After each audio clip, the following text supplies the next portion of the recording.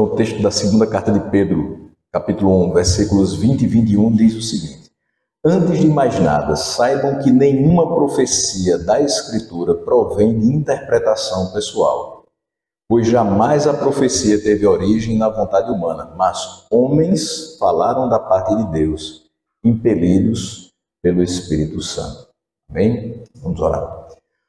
Senhor Deus, nessa manhã nós te agradecemos pela oportunidade de escutar algo acerca da tua palavra, e principalmente atributos das Escrituras que nos fazem confiar nela, sabendo que foi inspirada pelo Senhor. Guarda o nosso coração e nos ensina nessa manhã pela ação do teu Espírito Santo. Assim oramos no nome de Jesus.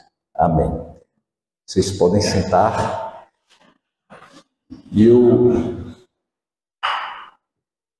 Normalmente eu faço exposições sequenciadas em livros da Bíblia.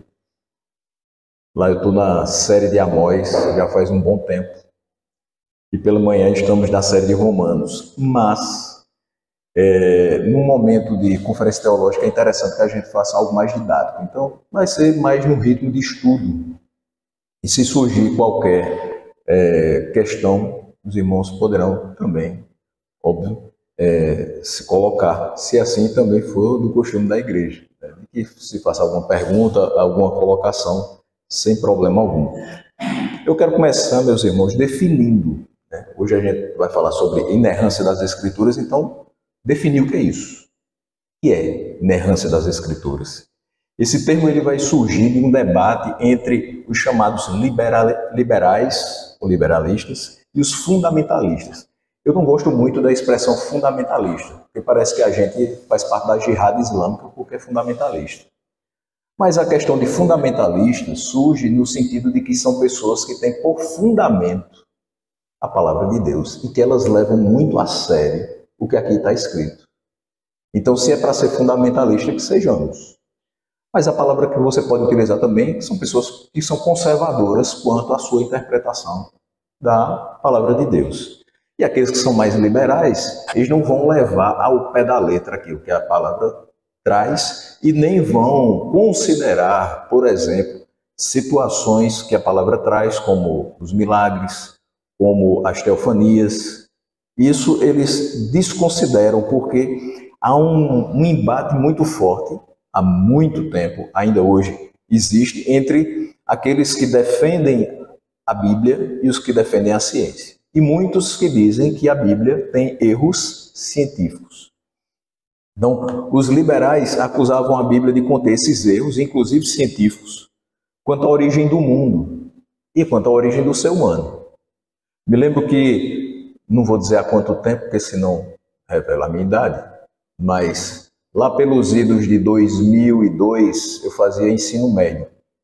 E eu me lembro de um professor que falava sobre uma experiência de alguém que deixou um caldo nutritivo, um caldo de carne, por exemplo, sujo em um pano. E esse pano ficou dentro de uma sala. Dias depois, a pessoa vai e olha aquele pano com caldo nutritivo e percebe que há uma presença de ratos. E aí ele diz, olha, isso aqui prova geração espontânea. Eu deixei um pano sujo com caldo nutritivo e surgiram ratos. Ele esqueceu que o cheiro do caldo, depois de alguns dias, fica insuportável para o ser humano, mas para os ratos foi atrativo.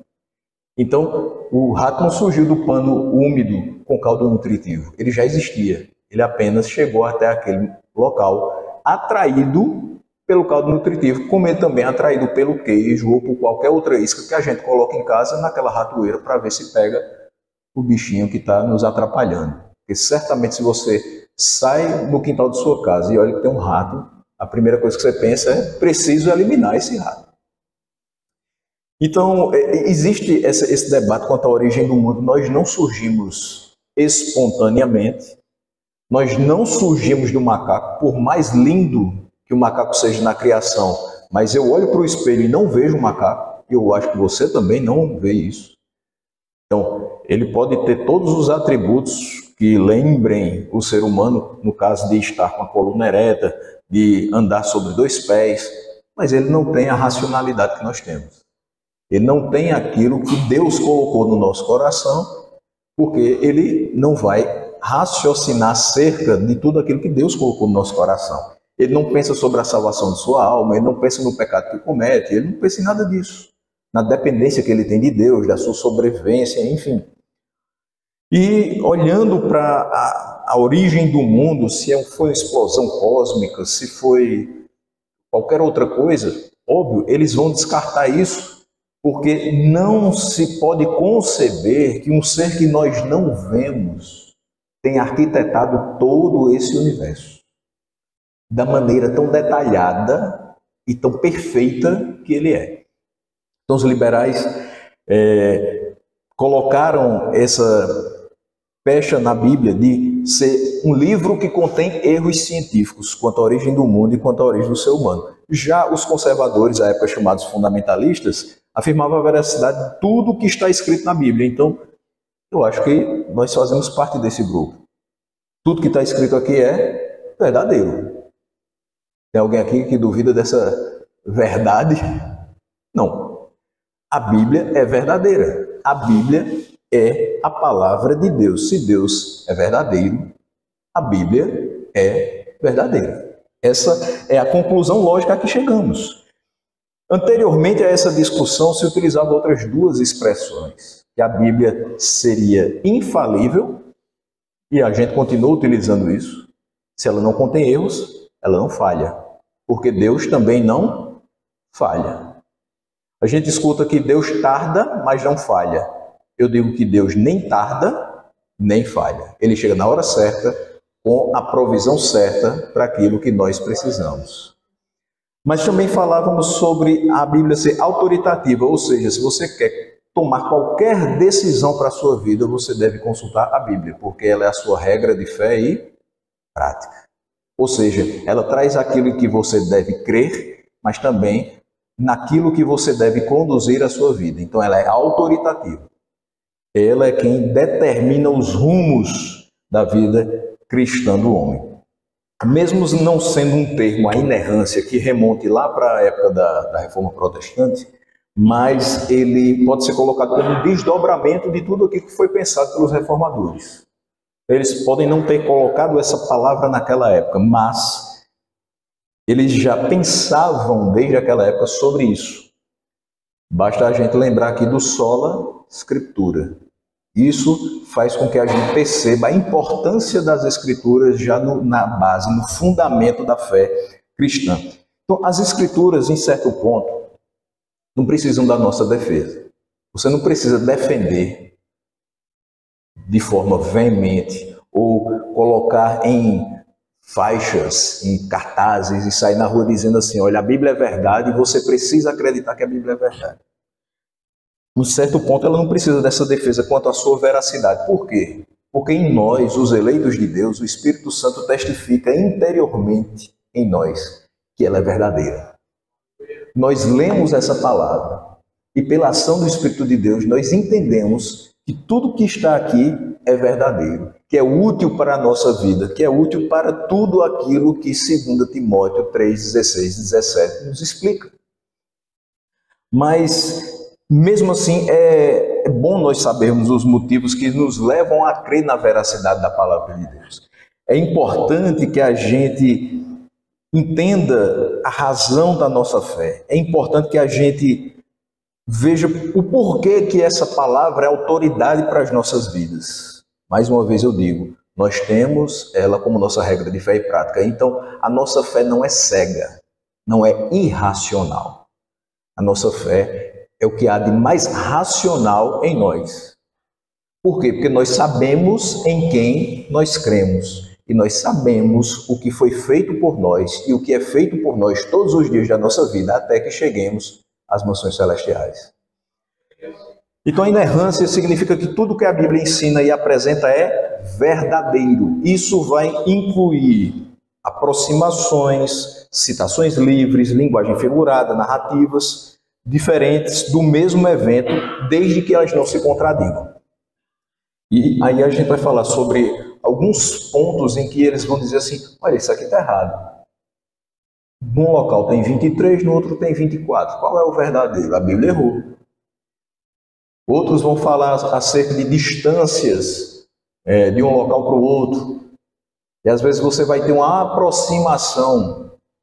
Naquela época não tinha trem a laser como tem hoje. E você tem uma precisão muito grande das medidas. As medidas eram côvados, palmos, pés.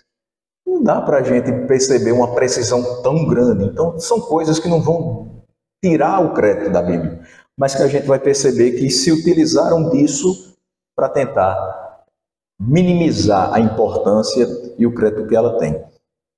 Então, as Escrituras foram inspiradas por Deus. Vocês escutaram sobre isso ontem, não é verdade? Ontem à noite. Então, a expressão telpinestos, ou seja, ela foi soprada por Deus. Então, cada palavra que aqui está não foi obra da cabeça de quem escreveu. O que Pedro falou aqui não provém nenhuma profecia, ou seja, nenhuma ideia, nenhuma doutrina, nenhuma formulação das Escrituras foi de interpretação pessoal. Não foi porque alguém acordou e disse assim: eu vou escrever isso aqui e vai servir para todas as pessoas do mundo. Isso aqui vai ser autoritativo. Não. Mas Deus inspirou pessoas a escrever aquilo que Ele quis do seu ser revelar. E aquilo que era necessário para que essas pessoas se conduzissem em conformidade com o seu plano eterno para a humanidade. Então, é isso aqui que nós temos em mãos. Escrituras inspiradas por Deus. E é muito interessante quando você observa a origem da palavra de Deus sendo soprada por Ele, porque a origem do homem é exatamente igual. Ele teve soprado nas narinas o fôlego de vida.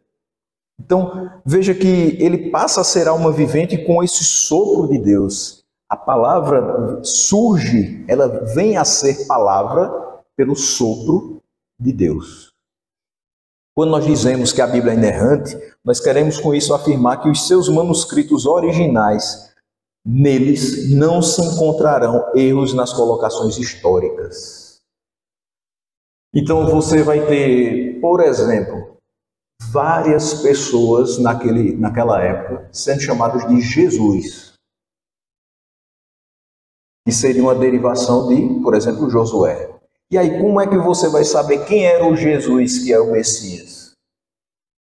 Pela historicidade, sabendo a origem daquela pessoa, de onde ela veio, qual foi a profecia que foi cumprida para que aquele Jesus, que é o Cristo, ou seja, o ungido, o Messias, fosse distinguido de outros Jesus que havia na comunidade. Também a gente pode afirmar categoricamente que não há nenhum erro nas colocações filosóficas. Paulo utiliza muito da filosofia da época. E ele sabia perfeitamente o que estava falando. Também não existem erros científicos ou equívocos nas doutrinas teológicas. A inerrância das Escrituras decorre da sua inspiração, ou seja, foi maravilhoso como vocês fizeram essa distribuição da conferência de forma que você tem a inspiração sendo falada primeiro e a inerrância depois, porque a inerrância depende da inspiração. Como é que eu vou falar que uma coisa não contém erros sem saber a sua origem? Mas eu falo que a Bíblia não contém erros, por quê? Porque eu sei que a sua origem foi a inspiração verbal e plenária do Espírito Santo. Então, o que eu quero dizer com isso? Cada palavra das Escrituras foi guiada pelo Espírito de Deus. Isso confere veracidade e autoridade e inerrância às Escrituras. Então, pega lá, escritos em hebraico, aramaico e grego. Tem erro? Não. Ah, pastor, mas são tantos e tantos anos de escrita das Escrituras. E as traduções? Eles não encontram nos originais, mas vão falar que tem muito erro de tradução. Tem erro de copista, tem isso, tem aquilo. Você acha mesmo que Deus iria se revelar e fazer seu Espírito conduzir 40 autores para escrever algo que depois se perderia ao longo dos séculos e que o seu projeto eterno não fosse levado a termo? Você acha que Deus permitiria que o seu plano de levar os seus eleitos a o conhecerem e a o adorarem em espírito e em verdade seria frustrado por conta de um tradutor ou um copista? Não. Hoje eu tenho aqui a nova versão internacional. Você pode ter a revista atualizada, a revista corrigida, nova versão transformadora, nova tradução na linguagem de hoje. Você pode ter inúmeras. Lá fora você tem a King James, a Reina Valera e por aí vai. As versões são diferentes. Às vezes a ordem das frases é trocada. Mas a essência se perdeu? Não. Então tem erro? Também não. E essa é a beleza do Evangelho. Você pode ler aqui, iniciando com a sentença A e terminando com a B. Talvez na sua versão inicie com a sentença B e termina com a A, mas todo mundo entende o que está sendo lido e dito. Por quê? Porque o mesmo Espírito que inspirou é o Espírito que hoje ilumina a nossa mente para a compreensão dessa palavra. Então, nós podemos tranquilamente afirmar, quanto aos originais, as Escrituras são inerrantes e infalíveis, não aceite menos que isso. 2 Pedro 1, 20 e 21 foi o texto que nós lemos, mas eu quero citar mais dois que atestam isso para nós. Tito 1, 2 diz o seguinte: fé e conhecimento que se fundamentam na esperança da vida eterna, o qual Deus que não mente prometeu antes dos tempos eternos. Ou seja, a nossa fé, o nosso conhecimento se fundamentam na esperança de uma vida eterna. Quem prometeu é o Deus que não mente. Se ele não mente, tudo o que ele fala é verdade. Tudo o que ele inspira é verdade. Tudo o que nós lemos aqui é verdade.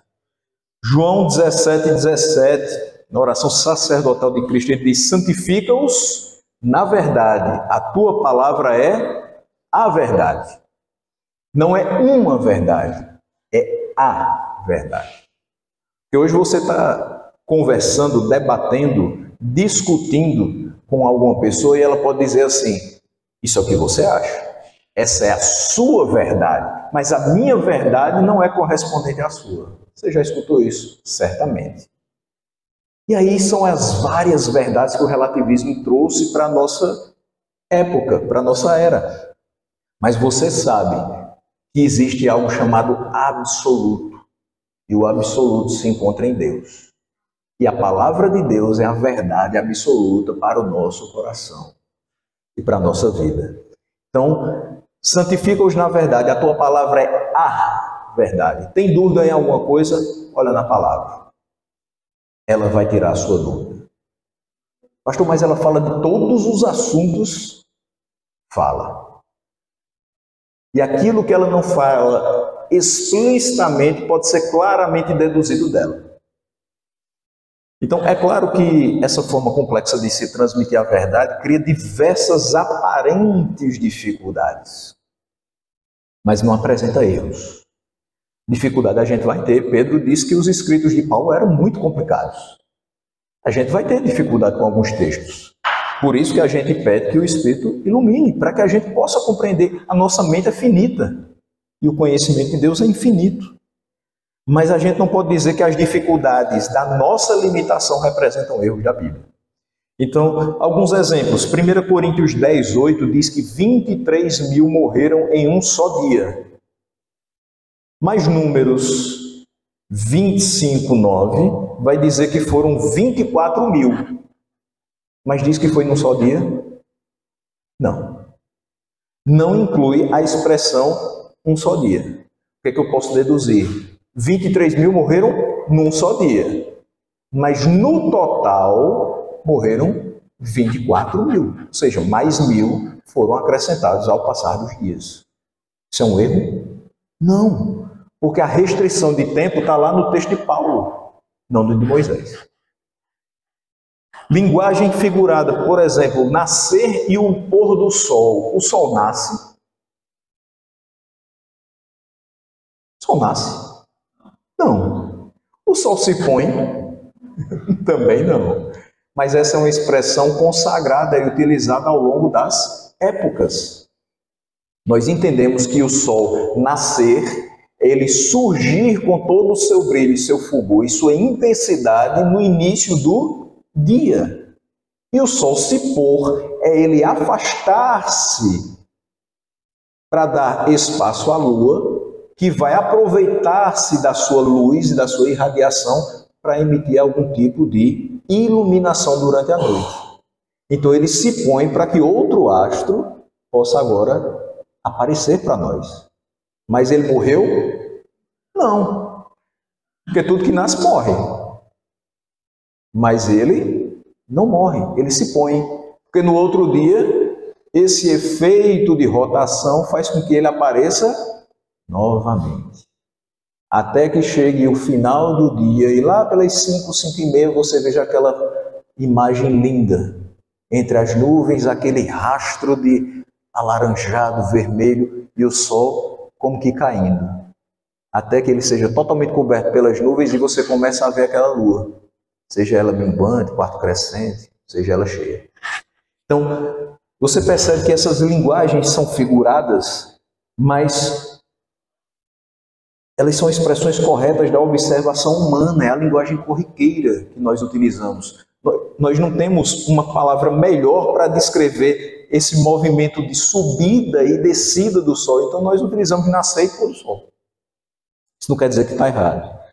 Outros textos, Marcos 10, 46 a 52 e Lucas 18, 35 a 43, contam que Jesus curou um cego em Jericó, correto? Mas Mateus 20, 29 a 34 diz que eram 2 cegos. E agora? Havia 1 ou 2 cegos? 2. Quantos foram curados? Só 1. Então havia 2 cegos lá em Jericó. Mas Marcos e Lucas contam a história de um deles que foi curado, Bartimeu. Então veja que é um detalhe pequeno, mas que às vezes quer se colocar como erro. Não é erro. Existia só 2 cegos naquele caminho? Não, existia muito mais gente. Mas o relato necessário para que a gente conhecesse Bartimeu foi aquele que dizia: Jesus, filho de Davi, tem compaixão de mim. E ele diz: o que você quer? Eu quero ver. E aí ele vê, com seus olhos contempla aquele que o curou. Meus irmãos, há críticas à inerrância bíblica, óbvio.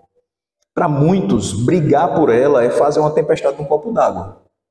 Porque eles dizem que a Bíblia não fala claramente em inerrância. Você já leu, na sua versão bíblica, algum versículo que traz essa expressão? A Bíblia é inerrante.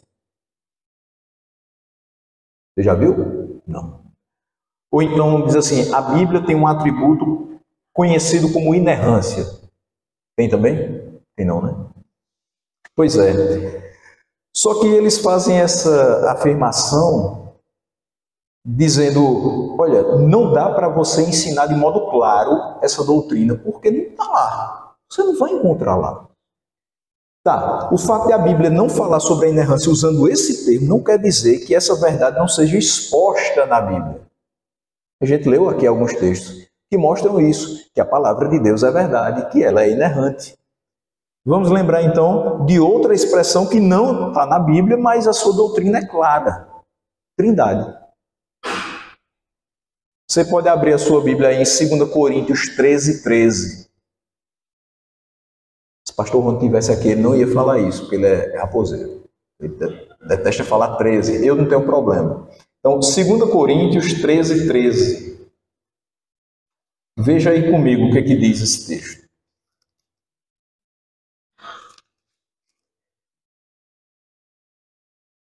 Talvez na NVI vai ser o 14. Avisando aí também. Ele diz assim, a graça do Senhor Jesus Cristo, primeiro.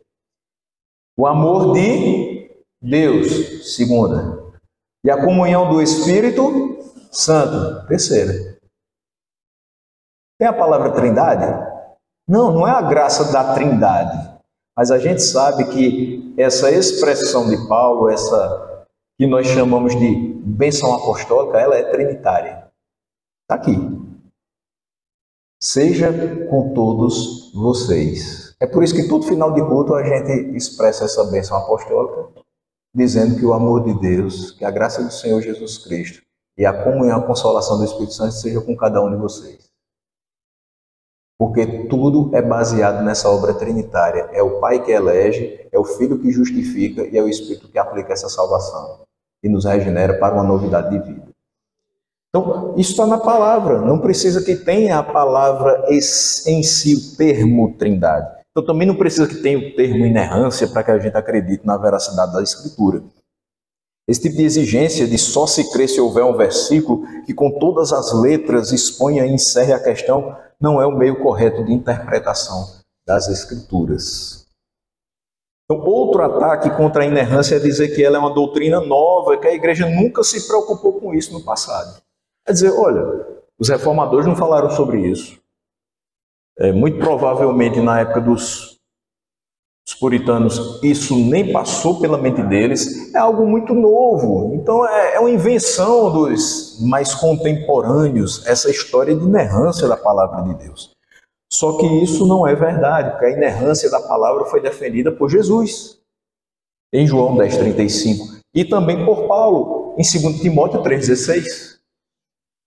Sem falar de homens de Deus que defenderam no passado a inerrância de um modo veemente. Aqui eu vou falar de 4 pessoas que são anteriores ao tempo do uso da palavra inerrância, mas que defenderam essa ideia. Agostinho é o primeiro que fala: as consequências mais desastrosas devem seguir-se à crença de que existe algo falso no livro sagrado.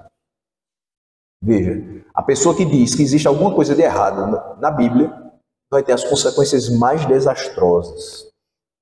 Isso equivale a dizer que os homens, por meio dos quais as Escrituras chegaram até nós, encarregados de colocá-las por escrito, registraram algo falso nesses livros. Se nesse sagrado santuário de autoridade se admitir a possibilidade de haver uma só declaração falsa, não restará uma única sentença desses livros que, parecendo alguém difícil de praticar ou de nela crer, não possa ser explicado pela mesma regra fatal como uma afirmação na qual o autor intencionalmente declarou que não era verdade. Então veja, se eu falar, por exemplo, que Paulo se utilizou do seu conhecimento para deturpar a palavra que lhe foi transmitida e colocou aqui coisas da sua mente que propositalmente não eram verdade, eu vou descreditar metade do Novo Testamento. Se eu disser que um erro existe, um erro, metade do Novo Testamento vai embora. Se eu falar que Moisés também não observou esse princípio de inspiração e colocou ali o seu dedo nas escritas do Pentateuco, são mais 5 livros que vão embora. Se eu for desacreditar agora dos livros proféticos, mais uma outra grande quantidade. Vai sobrar o quê? E outra, se eu me coloco contrário à inerrância das Escrituras, todos os aspectos morais vão ser jogados na lata do lixo. Aqui a gente falou de históricos, filosóficos, científicos, mas imagine agora que os aspectos morais sejam colocados em xeque. Então, tudo aquilo que a gente encontra como moral, como correto, como santo, deixa de existir. Se deixa de existir o parâmetro moral, a sociedade realmente vai entrar em crise, em declínio, em caos. Porque se não existe parâmetro de santidade, se não existe Deus, se tudo que está aqui é mentira, eu posso fazer o que eu quiser. Tem alguém vivendo dessa maneira. Não tem por aí? Certamente você conhece 1 ou 2. E eu estou sendo bem bondoso. Você conhece até mais. Pessoas que vivem como se Deus não existisse. Não precisa dizer que a Bíblia não é inerrante. É somente dizer: eu faço do jeito que eu quiser, quando a palavra diz que a gente não pode viver segundo o curso desse mundo, mas viver em conformidade com essa palavra. Tomás de Aquino também falou sobre isso. Ele diz: nenhuma falsidade pode fundamentar o sentido literal das Escrituras.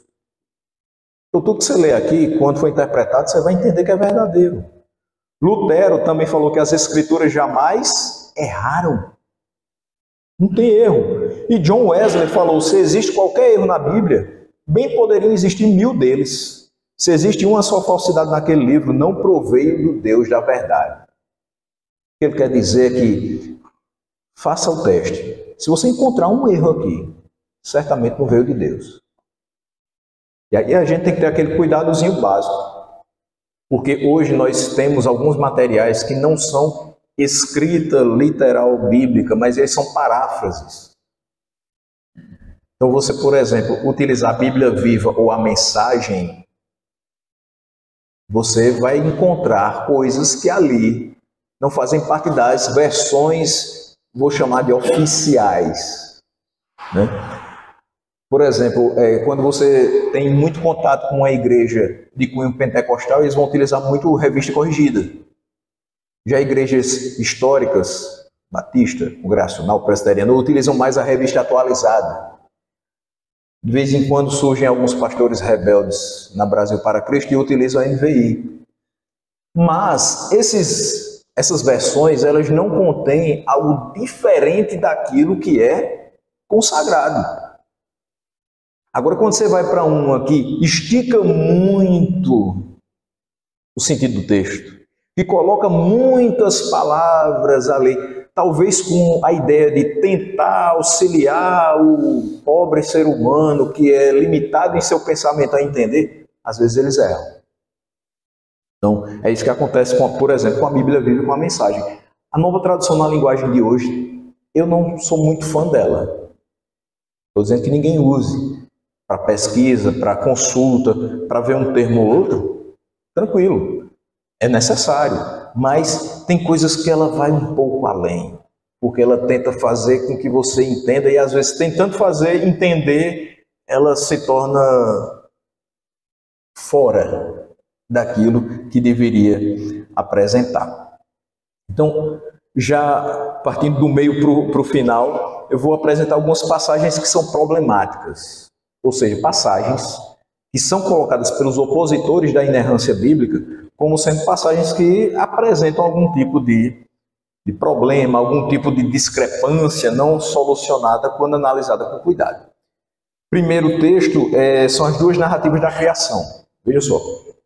Gênesis 1, 11 e 12 diz que as plantas foram criadas no terceiro dia. Gênesis 2, 5 dá a entender que não havia plantas antes da criação do homem, que só ocorreu no sexto dia. Na verdade, Gênesis 2, 5 não fala de todo tipo de planta, mas das que precisam ser lavradas ou cultivadas pelo homem. De modo que Gênesis 2, 5 é um complemento do que foi dito em Gênesis 1, 11 e 12.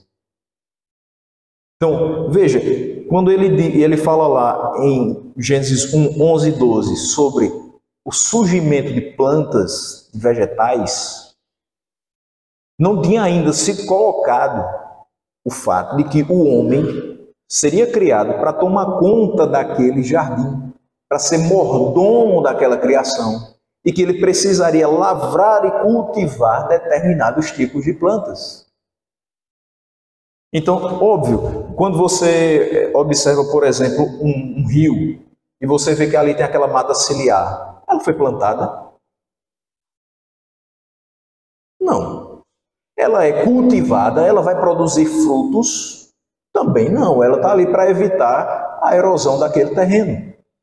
A influência da água que sobe e que sai levando depois toda a terra para dentro daquela água. E junto com ela todas as construções que são feitas próximo àquele local. Então, não precisa ser lavrado, não precisa ser cultivado. São outros tipos de plantas. Por exemplo, você quer fazer tipo um muro inglês na sua casa. Você já compra pronto aquelas que eles chamam de trepadeiras. que coloca assim e vai de cima do muro até embaixo. E fica bem bonito para você fazer várias ornamentações. Mas você vai cultivar alguma coisa nela? Durante o ano você vai tirar, por exemplo, um morango, um figo, uma azeitona dali? Não vai. Então, são plantas que precisam ser lavradas ou cultivadas, que são complementares àquelas que foram citadas anteriormente. Do mesmo modo, foi dito em Gênesis 1:27 que Deus criou homem e mulher. E os eventos depois foram detalhados no relato de Gênesis 2:18 e 23. Então, primeiro ele cita que criou homem e mulher. Para quê? Para distinguir dois tipos de pessoas. Criei o homem e a mulher. Eu gosto da expressão quando ele diz macho e fêmea os criou. E aí depois ele vai dizer como criou. A costela de Adão fez Eva. Números 25:9, aquela questão que eu falei do número 23.000 e 24.000. Então, Moisés diz que a praga que seguiu a adoração de Israel, a Baal-Peor, matou 24.000 pessoas, enquanto que Paulo vai falar sobre 23.000 pessoas. A diferença dos dois relatos está no fato de Paulo dizer que 23.000 morreram em um dia.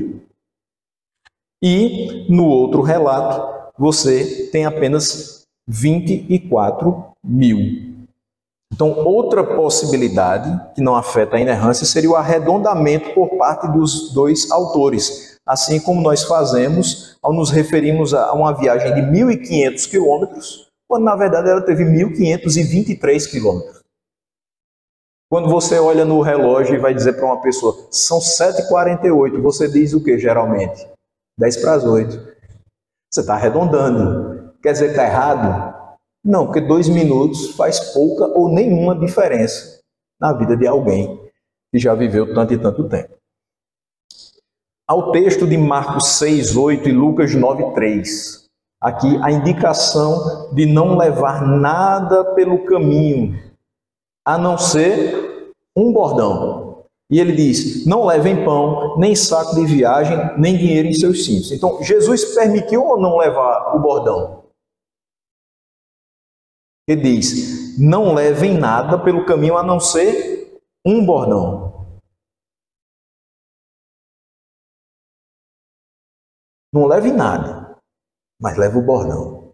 E aí? Não parece uma coisa um pouco paradoxal? Ou eu não levo nada, ou eu vou levar o bordão.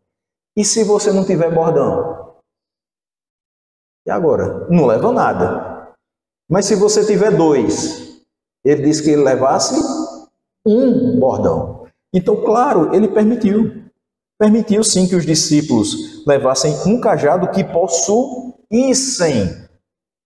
A questão é, se você não possui, não vá atrás de outro. E se você possui 2, só precisa de um. Nós chegamos a essa conclusão ao observar Mateus 10:9-10, que diz que tais coisas não deveriam ser adquiridas para a viagem. Ou seja, só que você já tivesse em mãos. O caso de não poder levar 2 sandálias, podendo contudo levar uma. Ele diz, não levem sandálias, claro, sobressalentes, a mais, extras, mas você vai levar que está no seu pé. A intenção de Jesus era que os discípulos não fizessem provisão especial para a sua missão, simplesmente isso. Então, vocês não vão preparar todo um material especialmente para essa ocasião, mas o que vocês já têm, vocês levam. A semente de mostarda em Mateus 13:32. Jesus disse que a semente de mostarda era a menor das sementes, porém sabe-se que há sementes menores. Eu já escutei pregações em que a pessoa que estava ministrando disse assim, sabe por que Jesus falou do grão de mostarda? Porque é a menor semente que existe no mundo. Não é. A ciência já descobriu que existem outras menores. Mas o que é que ele quis dizer? Ele quis dizer o seguinte, olha, daquelas espécies de sementes que vocês têm aqui, para os seus interlocutores, para quem estava ouvindo ele naquele momento, a experiência dos judeus daquela época. Olha, vocês cultivam várias coisas por aqui. Qual é a menor das sementes que vocês trabalham? É de mostarda? Pronto, se vocês tiverem fé do tamanho dessa sementezinha aqui, vocês vão dizer ao monte, vai, e ele vai. É isso. Ou seja, ele apelou para a experiência de vida deles, das espécies cultivadas por eles, que tinha a mostarda como exemplar de menor semente, para dizer, olha, vocês não precisam ter uma fé esplendorosa.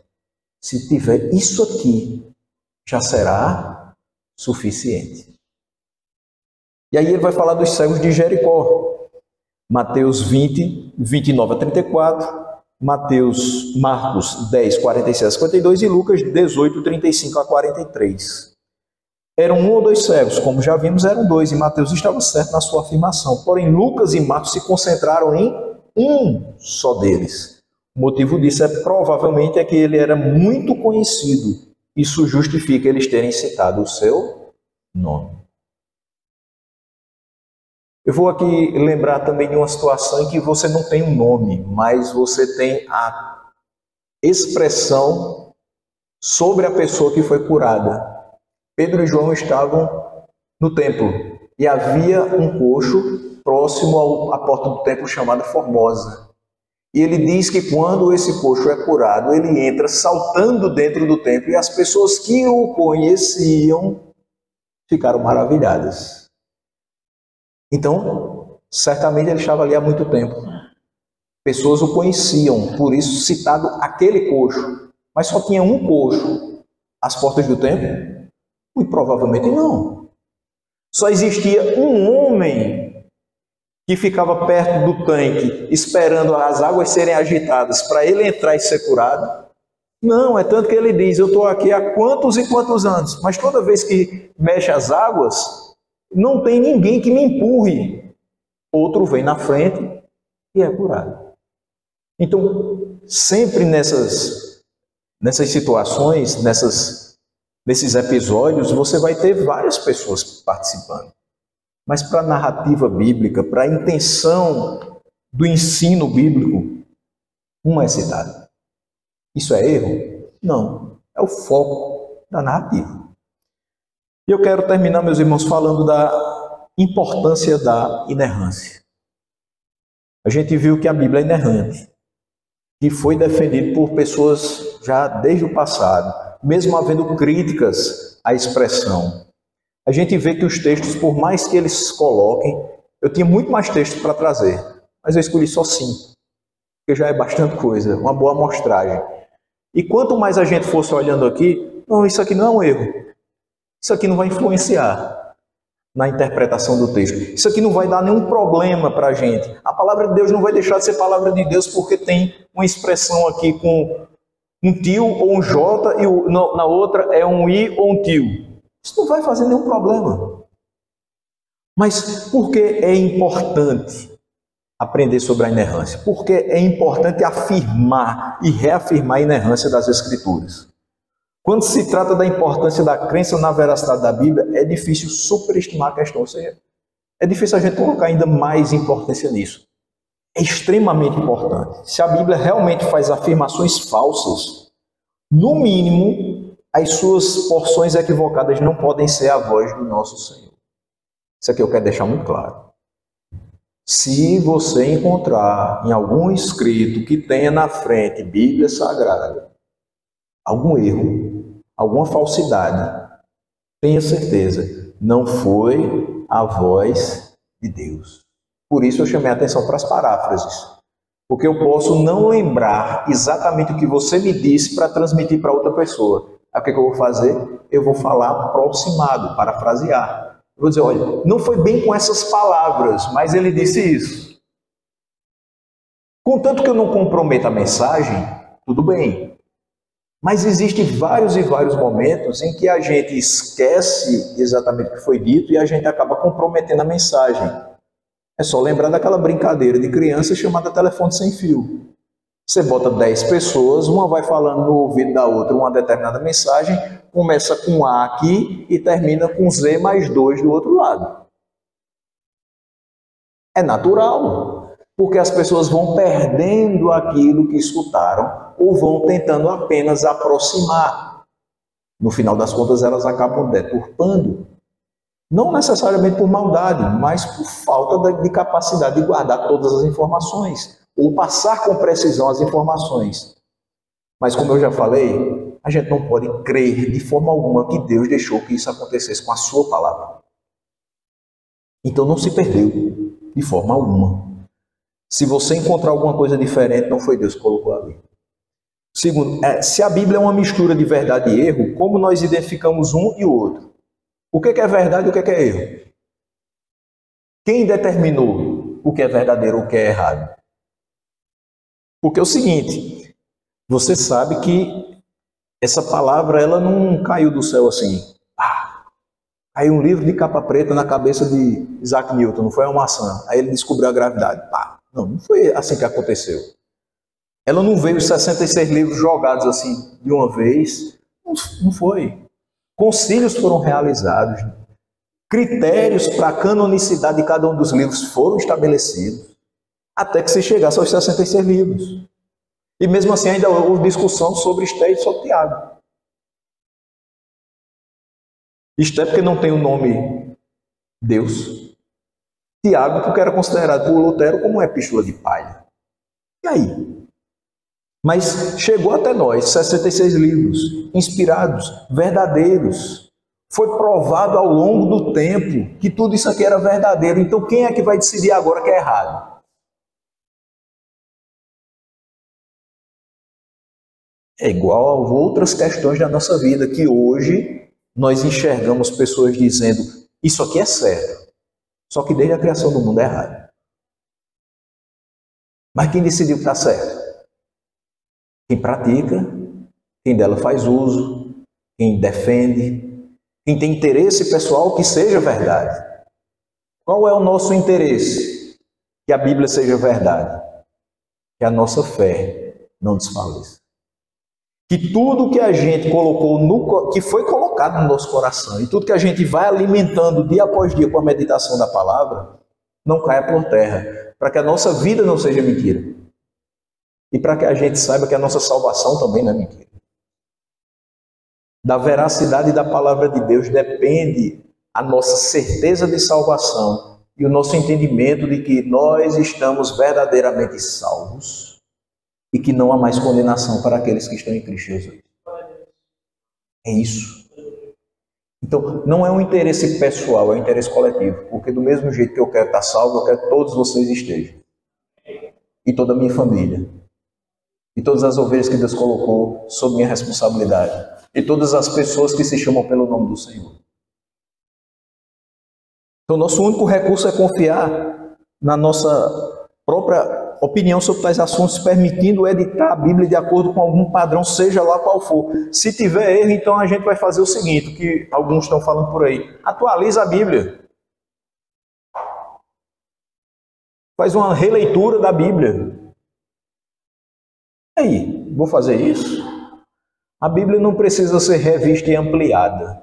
A Bíblia não precisa de segunda edição, não precisa de terceira edição, não precisa de uma nova roupagem.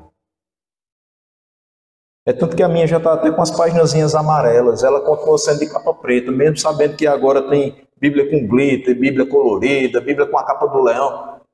O que interessa é o que está dentro. O que está dentro é a verdade. Não importa a capa, você pode chegar em casa, rasgar a capa e botar uma capa nova do jeito que você quiser. Botar uma capa que tenha só seu nome. Botar uma capa que tenha só a foto de uma pessoa que você gosta. Não tem problema nenhum. Porque o que está dentro não tem como mudar. Não tem como mudar. É verdadeiro e é definitivamente verdadeiro. É por isso que eu digo muitas vezes, quando algumas pessoas vêm discutir comigo, dizendo assim, não, isso é coisa da cultura daquela época. Eu digo, meu amigo, não existe essa história, não. Se você quiser fazer isso na sua vida, você vai ter que rasgar esse texto, esse texto, esse texto, esse texto, esse texto, esse texto.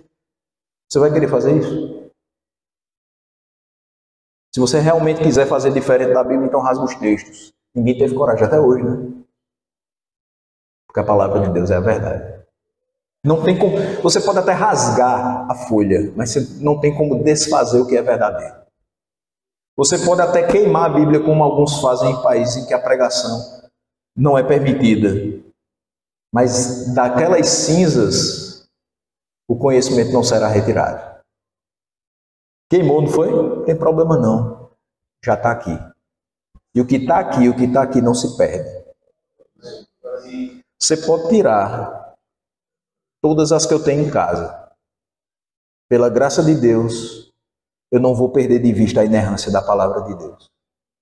E eu vou continuar confiando nela, porque eu sei que dela depende a minha vida. Dela depende a sua vida. Dela depende a vida de todas as pessoas, mesmo aquelas que não sabem que dependem dela. Por fim, meus irmãos, nós somos deixados não com a palavra de Deus, mas com a nossa palavra, se a gente deixar de lado a inerrância. Uma Bíblia da nossa própria criação. E você acha que essa Bíblia deveria ser lida? A Bíblia do nosso próprio entendimento? A Bíblia do entendimento da nossa era, dos nossos tempos?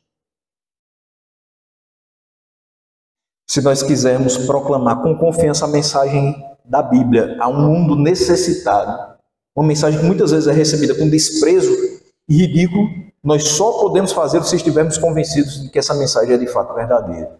Sabe por que a gente continua enviando missionários para as regiões mais remotas desse país e para fora também? Porque a gente confia que essa palavra é verdadeira. Sabe por que a gente continua vindo domingo após domingo, terça após terça, quinta após quinta, seja lá qual for o dia que tem culto na igreja? Porque a gente continua entendendo que essa palavra é verdadeira e que a palavra que sai desse púlpito aqui vai alimentar o nosso coração. Sabe por que a gente continua pregando aos nossos parentes e nossos amigos de trabalho que ainda não conhecem o amor de Deus? E há tantos e tantos anos a gente fala e até hoje eles não se dobraram diante desse conhecimento, porque a gente continua acreditando que é verdade. Em uma hora, se for da vontade de Deus, vão quebrar aquele coração de pedra e colocar o coração de carne. E eles vão conhecer aquele que é verdadeiro, aquele que é eterno. Eu só posso pregar, eu só posso falar o que eu estou falando aqui, se eu crer com todo o meu coração que é verdade. Porque você saberia tranquilamente se eu começasse a falar aqui e eu não compreendesse que isso aqui é verdade. Se eu maquiasse, se eu dissimulasse, se eu estivesse tentando enganar, dizendo assim, eu creio que essa palavra é a verdade, mas eu estivesse falando isso com desinteresse, como quem diz assim, pode ser que seja. Não pode ser que seja, não, é verdade. É verdade. É verdade e não tem quem prove o contrário. Portanto, no final, a inerrância prova ser uma questão prática para cada crente. Todas as complexidades e debates à parte, a inerrância oferece o fundamento do porquê confiar e obedecer à palavra de Deus. Ela é uma rocha segura em que os cristãos podem construir as suas casas em meio a um mundo hostil. Mateus 7,25 nos diz, caiu a chuva, transbordaram os rios, sopraram os ventos e deram contra aquela casa. Mas ela não caiu, porque tinha os seus alicerces na rocha. Estamos alicerçados em Cristo. E a palavra de Deus nos mostra quem Ele é. Eu só posso estar alicerçado em Cristo porque eu conheci Cristo através dessa palavra. Então, para mim, ela é um sustentáculo. Para mim, ela é a base que eu preciso ter. Para mim, ela é o fundamento da minha vida, de todas as decisões da minha vida, de tudo que eu preciso fazer, tem que sair daqui. Quero tomar decisões para a glória de Deus, consulto a palavra. Quero ter uma família harmônica e feliz, eu consulto a palavra. Quero viver sem maiores danos no mundo hostil que nós temos. Vivo em conformidade com essa palavra. Que essa palavra permaneça nos nossos corações. E que permaneçamos considerando ela como verdadeira, porque assim ela o é.